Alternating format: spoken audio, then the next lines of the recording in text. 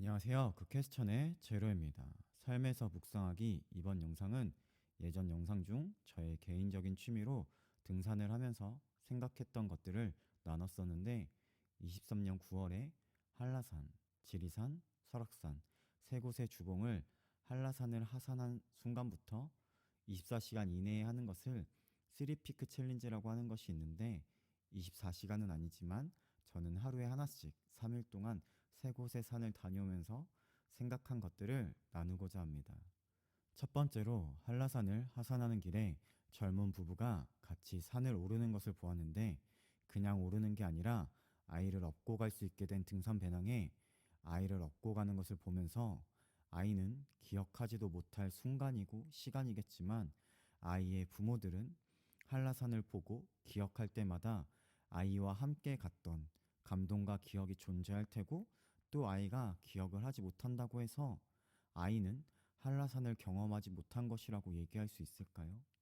그 순간에 분명 그 아이도 한라산에 있었고 한라산을 경험했다고 말할 수 있을 텐데 이와 같이 우리가 기억하지도 못하고 알 수도 없던 시기에도 하나님은 우리와 함께 하셨고 우리를 친히 이끌어 그 험한 길을 가셨기에 우리를 향해 너는 나의 백성이요 너는 나의 사랑하는 자녀라고 말씀하고 계시는 것 아닐까요? 또 하나님은 우리가 기억하지 못하는 순간들도 모두 기억하시면서 흐뭇한 미소를 지으실 때도 있지 않을까요? 한라산이 그 부모에게는 아이와 함께한 소중한 기억이 있는 산이 되듯 우리에게 하나님과 함께한 소중한 시간을 만들어가며 기억해 간다면 지금의 길을 조금은 힘을 얻어 걸어갈 수 있지 않을까요?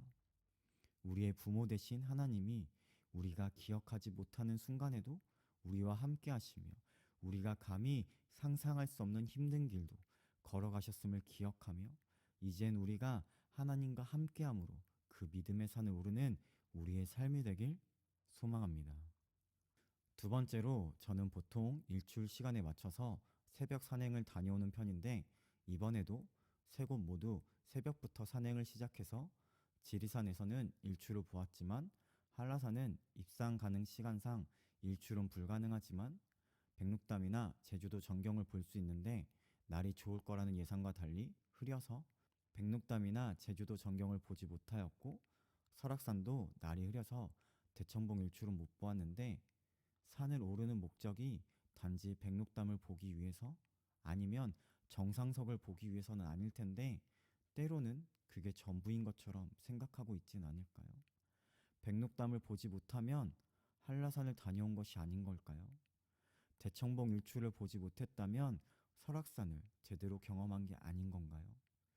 때로는 정상의 멋진 풍경을 보고 일출을 보는 것은 등산을 하면서 경험하는 일부분의 순간이듯 그 또한 다른 날씨와 다른 상황의 산들을 경험한 것 아닐까요? 그 또한 그 산이 보여주는 또 다른 자신의 모습 아닐까요? 우리가 하나님을 믿는 이유, 우리가 믿음의 산을 오르는 이유는 하나님을 사랑하고 하나님을 구주로 믿기 때문 아닐까요? 우리가 하나님을 믿음으로 따라오는 은혜와 은사들이나 기적과 같은 순간들은 하나님을 믿기에 따라오는 옵션과 같은 것들이지 본질은 아니지 않을까요?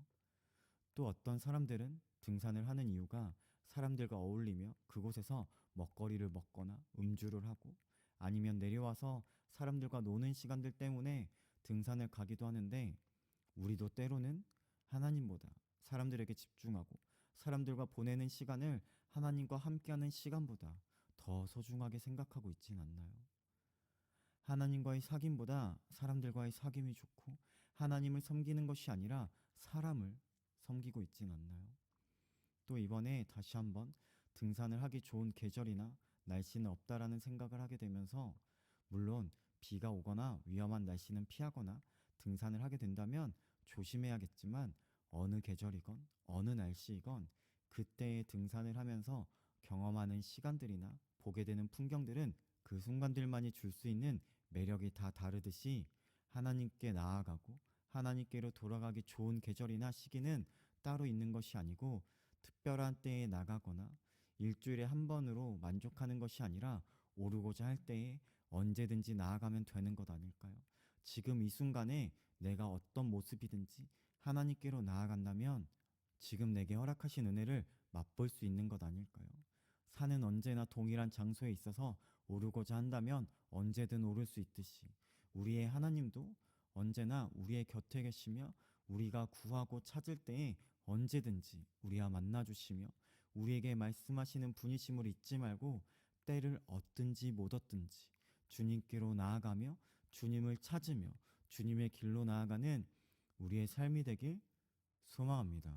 두 번째 내용과 이어질 수 있지만 세 번째로는 산을 오를 때 보면 요즘은 많은 사람들이 나름 등산에 적합한 복장을 하고 오르기도 하지만 정말 다양한 복장을 하고 오르는 모습을 볼 수 있고 저 역시 등산이 취미가 되는 계기가 되는 2020년도에 한라산을 처음 오를 때는 그냥 박스티에 청바지 그리고 일반 운동화를 신고 랜턴도 없이 1시간 정도는 핸드폰 후레쉬 기능을 이용해서 올랐던 기억이 있는데 이처럼 모두 복장이 다르고 성별도 다르고 연령대도 굉장히 다양하며 한라산에는 특히 외국인들이 많았는데 국적도 다 다른 사람들이 한라산을 오르고 내려갈 때에 동일한 장소를 다녀왔다고 같은 감정과 생각들이나 감동들이 똑같을까요?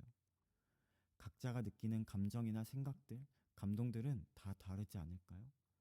우리의 나이가 어떠하고 성별이 어떠하고 국적이 어떠하든지 모두 한라산이 주는 다른 매력이나 감동을 느끼듯이 우리가 하나님께로 어느 순간에 어떤 옷을 입고 어떤 상태로 오르든지 각자 다른 은혜로 우리에게 더하시고 일하실 때에 우리가 경험하는 하나님은 하나님이라는 것 말고는 다 다르지 않을까요? 틀린 하나님이 아니라 다른 하나님을 경험하고 있지 않을까요? 우리에게 주어진 것은 우리에게 허락된 은혜를 누리면 되는 것 아닐까요? 다른 사람들이 나와 다른 생각을 가지고 있다고 나와 다른 경험을 했다고 틀렸다거나 시기하고 질투하는 것이 아니라 하나님의 다른 모습을 보는 것으로 만족하면 되는 것 아닐까요?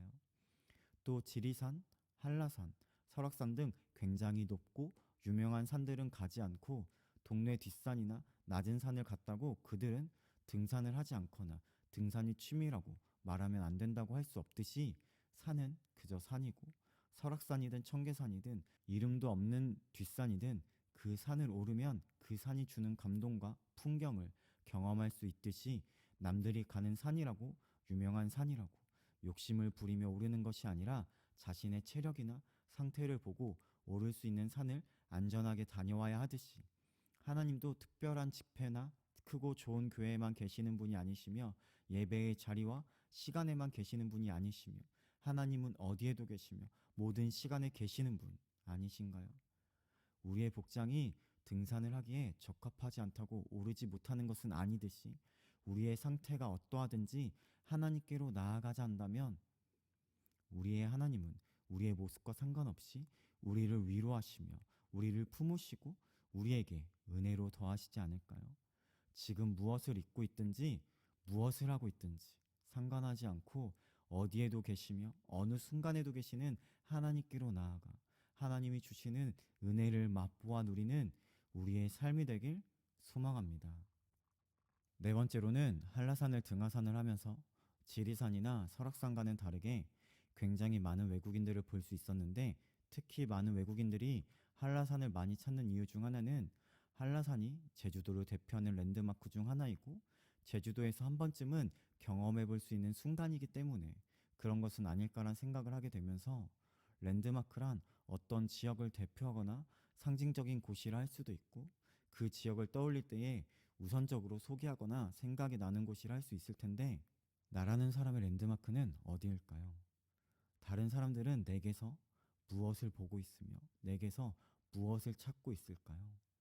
다른 사람들이 나를 소개할 때 무엇부터 소개할까요?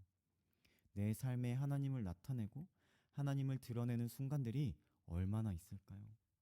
또 사람들은 내게서 하나님을 얼마나 찾고 볼 수 있을까요? 너희는 우리의 편지라 우리 마음에 썼고 무 사람이 알고 읽는 바라 너희는 우리로 말미암아 나타난 그리스도의 편지라는 고린도 후서의 말씀처럼 우리는 하나님이 시대에 써내려 가시는 편지일 텐데 우리의 삶은 무엇을 얘기하고 있을까요? 우리의 삶이 오직 하나님을 얘기하며 하나님을 소개하는 편지 되기를 소망하며 또 그렇게 우리를 사용하시는 하나님을 기대하고 소망하는 삶이 되길 소망합니다. 다섯 번째로는 사실 등산을 하지 않던 사람들이나 등산이 익숙한 사람도 산을 오를 때에는 나름의 준비와 각오가 필요하다는 사실입니다.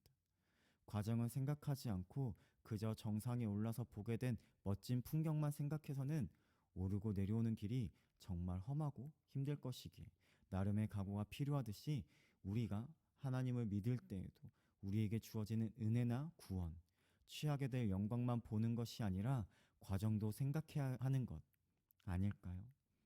운동선수라면 누구나 다 올림픽에서 금메달을 따기 원하겠지만 그러기 위해서는 누구보다 많은 노력과 시간이 필요하듯이 우리가 하나님을 믿게 됨으로 주어지는 은혜와 구원도 있지만 동일하게 우리를 찾아오는 고난들이나 지게 될 십자가의 무게도 생각해야 하는 것 아닐까요?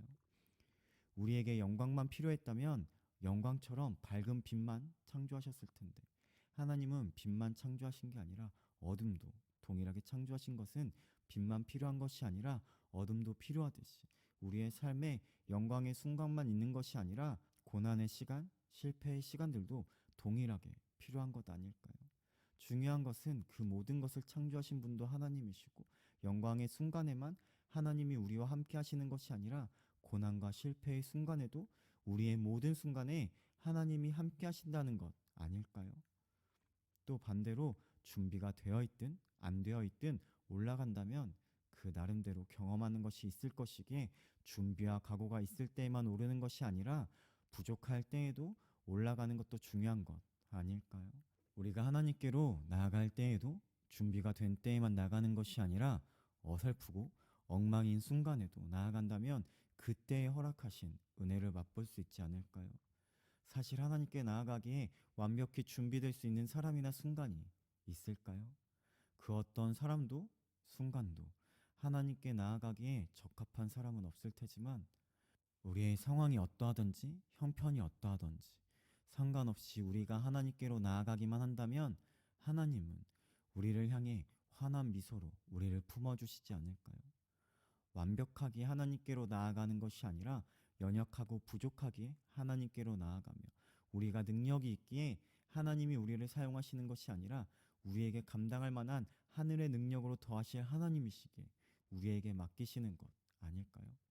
우리가 취할 영광만 바라보는 것이 아니라 고난의 순간에도 하나님만을 바라보며 완벽해질 수 없음을 기억하고 지금 이 순간 하나님께로 나아가 연약하고 부족함에도 우리를 사용하시는 하나님의 은혜를 누리는 우리의 삶이 되길 소망합니다.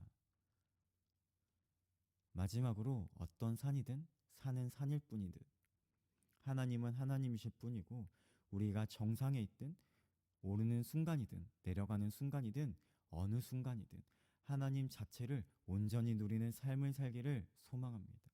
여전히 남은 길이 오르기에는 힘들고 남은 길이 온 길보다 많다고 하더라도 어려운 상황을 보는 것이 아니라 어떤 상황에서도 우리를 지키시며 우리와 함께 하시며 우리에게 허락하신 은혜를 누리며 그 무엇보다 우리의 고개를 들고 눈을 들어 크고 높으신 하나님을 바라보는 우리의 삶이 되길 소망합니다. 오늘도 삶의 현장에서 질문하며 각자의 답을 찾아가길 바랍니다.